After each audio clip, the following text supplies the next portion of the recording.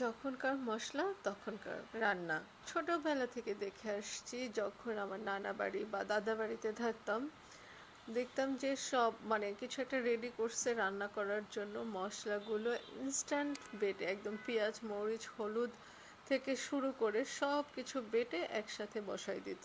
নানা বাড়িতেও সেম ঘটনা। আমরা যত আধুনিক হচ্ছি, আমাদের সেই গ্রামের ঐতিহ্যবাহী যে খাবারের স্বাদ, সেখান থেকে আমরা আসলে অনেক অনেক দূরে সরে যাচ্ছি। ব্লেন্ডারের মশলা আর হাতে বাটা মশলা, মশলা তো সেমই, তাই না?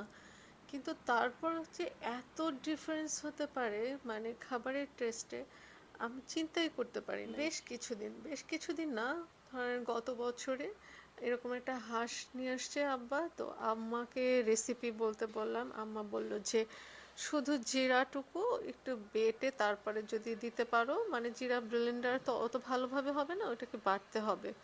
তো এই বাটা মশলাটাকে যখন হাঁসের ভিতরে দেওয়া হবে, ওইটার টেস্ট অন্য রকমের হবে। তো আম্মার কথা শুনে আমি সত্যি সত্যি জিরাটুকু বেটে তারপরে হচ্ছে হাঁস রান্না করেছি।